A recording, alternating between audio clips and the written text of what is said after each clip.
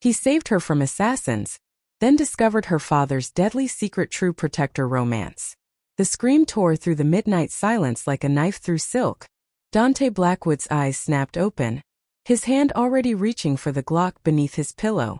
3 years of living alone in the Colorado mountains had trained him to distinguish between animal sounds and human terror. This was human. This was close. And this was a woman. Welcome to Heartbound Ashes. Welcome to my channel Heartbound Ashes. Don't forget to like and subscribe for more emotional, suspenseful stories that will keep you on the edge of your seat.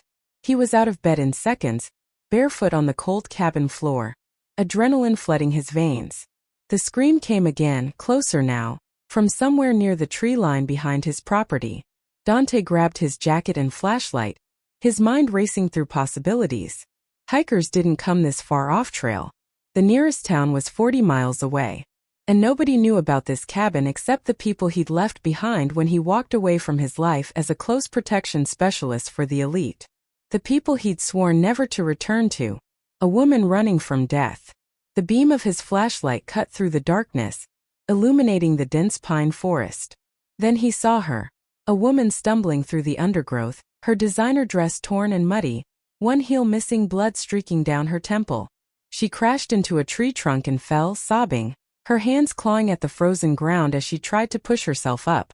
"Please," she gasped, her voice raw with exhaustion. "Please, they're coming. They're going to kill me." Dante reached her in 3 strides, his trained eyes scanning the forest behind her. No lights, no sounds, but that meant nothing. Professional hunters knew how to move in silence. "How many?" he demanded, gripping her arm to pull her upright. 2. Maybe 3. Her teeth chattered. "I don't know." I ran. Up close, recognition slammed into him like a physical blow. Even with blood matting her honey blonde hair, even with mascara streaking her porcelain skin, he knew that face. Knew those emerald eyes that had haunted his dreams for 5 years. Vivian Ashcroft. Daughter of Marcus Ashcroft, the tech billionaire Dante had protected before everything fell apart. The woman who had kissed him once in a moment of weakness, then pretended it never happened. The reason he'd walked away from a 6-figure salary and disappeared into the mountains. "Dante." Her voice cracked with disbelief. "Oh my God, Dante Blackwood? Move. Now." He didn't have time for shock or explanations. The survival instinct that had kept him alive through 12 years of high-stakes protection work kicked in. He half-carried, half-dragged her toward the cabin, his senses on high alert. The men in the shadows. They were 50 feet from safety when the first shot cracked through the night. Bark exploded from a pine tree inches from Vivian's head. She screamed and Dante threw her to the ground, covering her body with his. "Stay down." 2 more shots. Professional. Suppressed weapons. These weren't amateurs. Dante returned fire. 3 controlled bursts toward the muzzle flashes, then grabbed Vivian and ran. They crashed through his cabin door, and he slammed it shut, throwing the reinforced bolt. The windows were bulletproof glass, a paranoid investment that was about to pay off. "Get to the basement," he ordered, already moving to his weapons cache. "Trapdoor under the rug by the fireplace. Lock it from inside." "Dante, I." "Now Vivian." She stumbled toward the trapdoor, her whole body shaking. But she paused at the edge, looking back at him with those devastating green eyes. "They're not here to kidnap me. They're here to kill me. My father. He's not who you think he is. None of this is what you think." Before Dante could respond, the window shattered. Not from bullets but from a flashbang grenade. The explosion of light and sound disoriented him for precious seconds. When his vision cleared, 3 figures in tactical gear were breaching through the reinforced door with a battering ram. These men weren't just professionals. They were military-grade operators. And they were here for the woman he'd once loved and never forgotten. The impossible choice. Dante's mind calculated odds with brutal efficiency. 3 armed operators. 1 traumatized civilian. A defensive position that wouldn't hold for more than minutes. He could fight, but fighting meant risking Vivian's life. He could surrender, but surrender meant certain death for both of them. Or he could do what he did best, protect at any cost. "Basement. Lock the door. Don't open it for anyone but me." He met Vivian's terrified gaze. And if I don't come back in 10 minutes, there's a tunnel. Follows the water pipe northeast. Comes out 2 miles away near the old mining road. I'm not leaving you. You don't have a choice. His voice was steel. Whatever your father did, whatever you know that makes you worth killing, it dies with you if you don't survive tonight. The battering ram hit again. The door frame began to splinter. Vivian's hand caught his wrist, her fingers ice cold. Promise me something. No time. Promise me that when this is over, you'll let me explain why I broke your heart 5 years ago. Why I had to push you away. Why everything you believed about that night was a lie. The door burst open. Dante shoved Vivian toward the trapdoor and raised his weapon.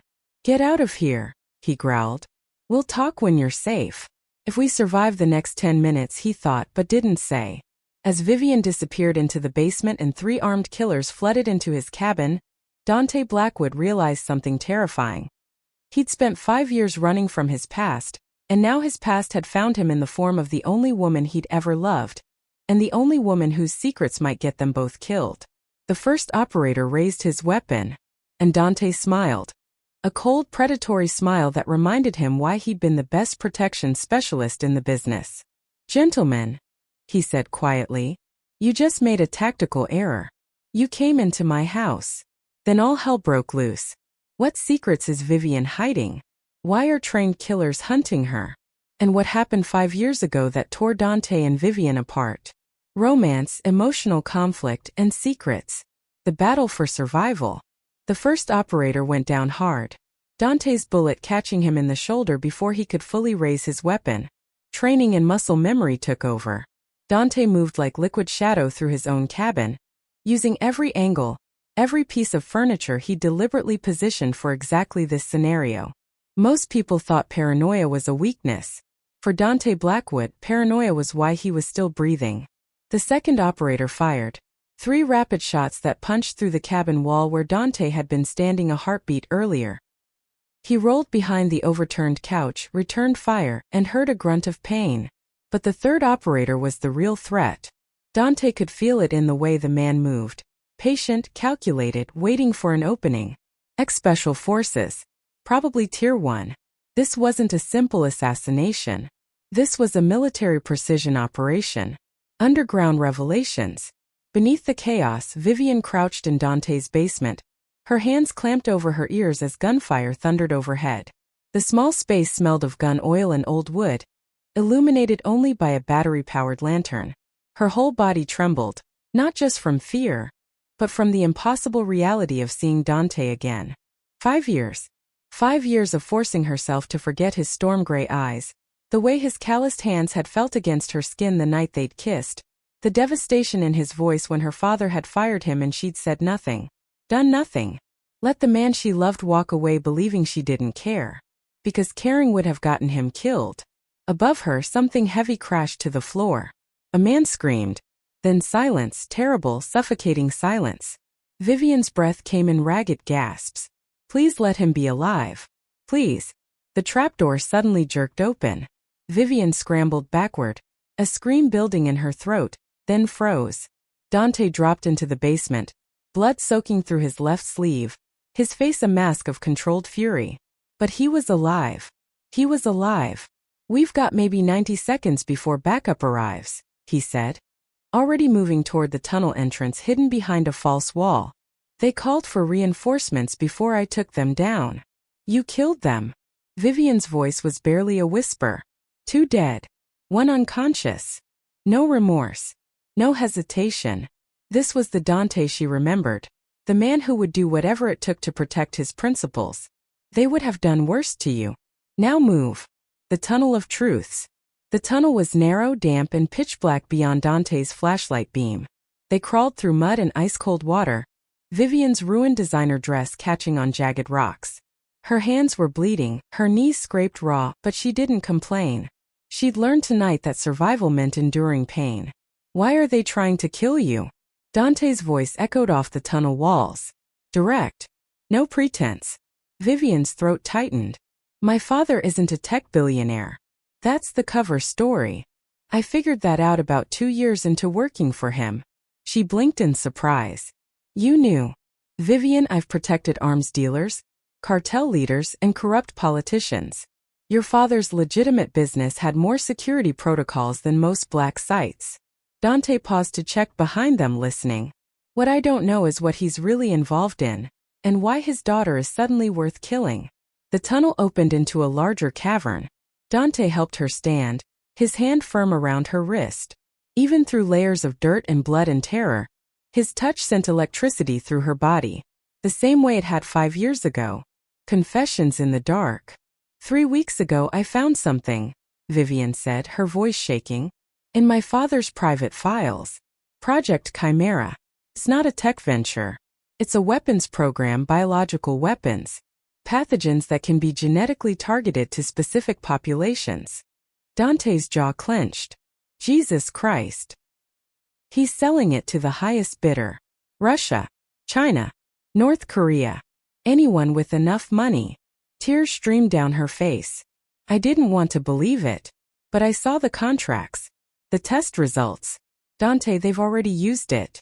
That outbreak in Mumbai last year? The one the WHO couldn't explain? That was them. That was my father. And you confronted him. I told him I was going to expose everything. That I'd already copied the files and sent them to a journalist. She laughed bitterly. Stupid. So incredibly stupid. Dante pulled her close, his good arm wrapping around her shaking shoulders. She collapsed against his chest, breathing in the familiar scent of him, pine, gunpowder, and something uniquely Dante. You're not stupid, he said quietly. You're brave. And that's more dangerous. The kiss that broke everything. Vivian pulled back just enough to look up at him. In the dim flashlight glow, Dante's face was all sharp angles and shadows. Blood trickled from a cut above his eyebrow. His gray eyes held storms. 5 years ago, she whispered. The night you left.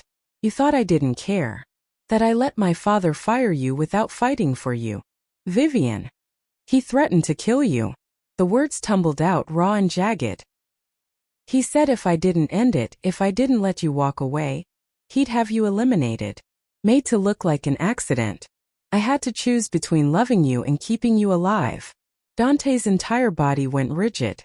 What? I chose your life. I've regretted it every day since. For 5 years, Dante had carried the weight of that rejection. The belief that he'd been nothing more than a temporary fascination for a billionaire's bored daughter. A foolish mistake that ended with his career in ruins and his heart in pieces. And it had all been a lie. A sacrifice. Vivian, his voice cracked. She rose on her toes and kissed him. It was desperate and furious and 5 years overdue. Dante's hand tangled in her hair, pulling her closer as if he could erase the lost time through sheer force of need. She tasted like blood and tears and everything he tried to forget. When they finally broke apart, both breathing hard, Dante rested his forehead against hers. We can't do this, he said hoarsely. Not now. Not when people are trying to kill you. Then promise me later. Vivian's fingers traced the line of his jaw. Promise me that if we survive this, you'll give me a chance to make up for 5 years of lying. 5 years of loving you in silence. I never stopped, Dante admitted. That's why I disappeared. Because staying anywhere near your world meant risking seeing you again. And I didn't think I could survive that. The betrayal unfolds. The sound of approaching vehicles shattered the moment. Dante's head snapped toward the tunnel entrance. Multiple engines. Heavy trucks. They found the tunnel exit, he said grimly. We need another way out. There isn't one. Vivian's voice was hollow. Dante, I'm so sorry. I led them straight to you. My phone. I didn't realize it was still transmitting location data. Your father's tracking you. He's been tracking me since I was 16. I just never knew it mattered before. Dante's mind raced through impossible scenarios. They were trapped in a dead-end tunnel with at least a dozen armed operators closing in. His left arm was barely functional. He had 1 clip of ammunition left. And the woman he loved, the woman he'd just gotten back, was about to die because of secrets her father would kill to protect. I need you to listen very carefully, Dante said, his voice deadly calm. There's a cache of supplies in this cavern. Emergency radio, first aid, weapons. When they come through that tunnel, I'm going to buy you time to call for help. No. Vivian grabbed his shirt. I'm not letting you sacrifice yourself for me again. This isn't a sacrifice. This is what I do. I protect people. I'm not people, Dante. I'm the woman who loves you. Who has always loved you. Her eyes blazed with defiance. And I'm not losing you twice. Before Dante could respond, the flashlight beam died, plunging them into absolute darkness. And in that darkness they heard it. The slow, deliberate footsteps of someone entering the cavern. Not from the tunnel behind them. From somewhere ahead. Which meant there was another entrance. And someone had been waiting for them all along. A familiar voice echoed through the blackness. Cultured. Cold. Utterly devoid of humanity. Hello, sweetheart, Marcus Ashcroft said. Time to come home. Vivian's father has found them. But how did he know about the hidden entrance? Is there a traitor? And can Dante protect the woman he loves from her own father's ruthless pursuit? Resolution, ultimate protection, and suspenseful twist. Face to face with evil. Emergency lights flooded the cavern, harsh and blinding after the darkness. Vivian's eyes adjusted slowly, her heart hammering against her ribs. When she could finally see clearly, the sight made her blood run cold. Her father stood at the far end of the cavern, flanked by 6 armed operators in tactical gear. Marcus Ashcroft looked exactly as he always did. Impeccably tailored suit, silver hair perfectly groomed, the expression of a man who owned everything he surveyed, including his own daughter. But it was the person standing beside him that made Vivian's world tilt sideways. No, she breathed. No, it can't be. Daniel Reeves. Dante's former partner. The man who trained with him, fought alongside him, saved his life twice during their years working elite protection details together. Dante's best friend. Hello, brother, Daniel said. His smile apologetic but his gun steady. Sorry it had to be this way. The ultimate betrayal. Dante's face could have been carved from stone. Only Vivian, pressed against his side, could feel the tremor running through his body, rage and betrayal warring for dominance. How long? Dante's voice was quiet. Lethal. 3 years. Daniel shrugged. Ever since you disappeared. Mr. Ashcroft offered me a position I couldn't refuse. Better money. Better resources. And all I had to do was keep tabs on a friend who'd already walked away from everything. You sold me out. I gave him updates on your location. That's all. Daniel's expression hardened. This isn't personal, Dante. It's business. You taught me that. I taught you loyalty. Loyalty doesn't pay for my daughter's cancer treatment. Loyalty doesn't cover experimental medications that cost $50,000 a month. Daniel's gun never wavered. Mr. Ashcroft does. Marcus stepped forward, his shark-like gaze fixed on Vivian. Enough melodrama. Darling, you've caused quite a commotion. 5 dead operatives. 2 federal agents asking uncomfortable questions. And worst of all, you've dragged poor Mr. Blackwood into a situation that doesn't concern him. Everything about your daughter concerns me, Dante said flatly. Marcus's smile was ice. Yes, I'm aware. That regrettable incident 5 years ago. I thought we'd resolved that issue by terminating your employment. You mean by threatening to kill him if I didn't push him away? Vivian's voice shook with fury. I found the contract, father. The one you had drawn up for Daniel's predecessor. The one that authorized my boyfriend's assassination if I didn't comply. Ah. Marcus looked genuinely surprised. You've been more thorough than I anticipated. Intelligence is hereditary, I suppose. The standoff. Dante's hand found Vivian's, squeezing once. A silent message. Trust me. Stay ready. Let me guess the play here, Dante said, his tactical mind already assembling the pieces. Vivian disappears. Tragic accident. Maybe a hiking mishap in these dangerous mountains. I'm found dead nearby, tried to save her, failed. Heroic but ultimately futile. Close, Marcus admitted. Though we're considering a murder-suicide narrative. Obsessed former employee kidnaps his employer's daughter. Kills her when she refuses his advances. Then takes his own life out of guilt. He tilted his head. The press will eat it up. Star-crossed lovers. Workplace romance gone wrong. You sick bastard, Vivian spat. I'm a pragmatist, darling. You forced my hand when you copied those files. Project Chimera represents decades of research and billions in potential revenue. I can't allow one idealistic child to destroy everything I've built. Those files are already uploaded, Vivian lied, praying her voice sounded confident. Time-delayed release. If I don't check in every 12 hours, they automatically publish to every major news outlet in the world. Marcus's expression didn't change, but his eyes flickered, just for a second. Uncertainty. Dante recognized that flicker. It was the opening he needed. The last stand. She's lying, Daniel said quietly. I monitored all her devices. She didn't have time to set up a dead man's switch. You sure about that? Dante asked. Because I taught Vivian a lot during the year I protected her, including how to use encrypted networks and offshore servers. Remember Jakarta, Daniel? Remember that operation where I bypassed 3 layers of military-grade security, using nothing but a smartphone and a prayer? Daniel's confidence wavered. Just slightly. I taught her everything, Dante continued, his voice low and dangerous. Every trick.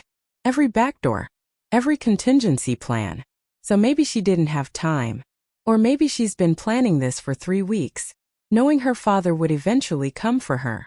Marcus studied his daughter with new calculation. Did you? Vivian met her father's gaze without flinching. Only one way to find out. Kill me and wait 12 hours. See what happens. The silence stretched taut as a wire. Then Marcus laughed. A cold, brittle sound. You're bluffing. I know my own daughter. Do you? Vivian's voice cracked. Did you know I've been stealing your passwords since I was 14? That I've had access to your private servers for 5 years? That every terrible thing you've done, every life you've destroyed, I've documented. Tears streamed down her face, but her voice stayed steady. Did you know that the daughter you tried to control and threaten and manipulate grew up to be exactly like you? Except with a conscience? The desperate gamble. Marcus's mask finally cracked. Rage flooded his features. Kill them both. Now. The operators raised their weapons. Dante moved. He'd been calculating angles and trajectories since the lights came on, measuring distances, assessing threats. 6 operators. Daniel. Marcus. 8 targets. 2 bullets left. Impossible odds. But Dante Blackwood had built a career on surviving impossible odds. He threw the flashlight, not at the operators but at the emergency lights, plunging the cavern back into darkness for precious seconds. In that darkness he grabbed Vivian and Dove behind the nearest rock formation, pulling her down as bullets screamed overhead. The cache, he hissed. 3 o'clock. Crawl. They scrambled across sharp stones as muzzle flashes lit the cavern in strobing bursts. Dante's fingers found the hidden compartment he'd installed 2 years ago. Emergency supplies for exactly this scenario. Smoke grenades. Flashbangs. And one very special surprise. Cover your ears, he ordered. The flashbang detonated like a piece of sun falling to earth. Blinding light. Deafening concussion. The operators stumbled, disoriented. Dante activated the second trap, the one he'd spent 6 months engineering. Remote-triggered explosives positioned along the cavern's structural weak points. Not enough to collapse the entire space. Just enough to seal the primary entrance and create chaos. The explosion rocked the mountain. Rocks rained from the ceiling. Men screamed. The escape. Dante grabbed Vivian's hand and ran deeper into the cavern system, following a map he'd memorized months ago. Behind them, Marcus's voice roared with incoherent fury, but the words were lost in echoing gunfire and falling stone. They ran through twisting passages, climbing over boulders, squeezing through gaps barely wide enough for their bodies. Vivian's dress tore completely away, leaving her in just torn leggings and Dante's jacket. Her hands bled. Her lungs burned. But she didn't stop. After what felt like hours, but was probably only 20 minutes, they emerged into cold mountain air. Dawn was breaking over the peaks, painting the snow pink and gold. Beautiful and impossibly remote. Dante pulled out the emergency radio and sent a distress signal using a frequency only one person knew. His former commander. A man who owed him 3 life debts and had the resources to disappear people who needed disappearing. Help's coming, Dante said hoarsely. 40 minutes. Vivian collapsed against him, shaking uncontrollably. Not from cold. From everything. Did I actually upload those files? Did you? She laughed, half sob, half triumph. Yes. 3 weeks ago. Time delayed release. Set for 36 hours from now unless I cancel it. She looked up at him with red-rimmed eyes. I wasn't bluffing, Dante. I'm going to destroy him. Even if it destroys me too.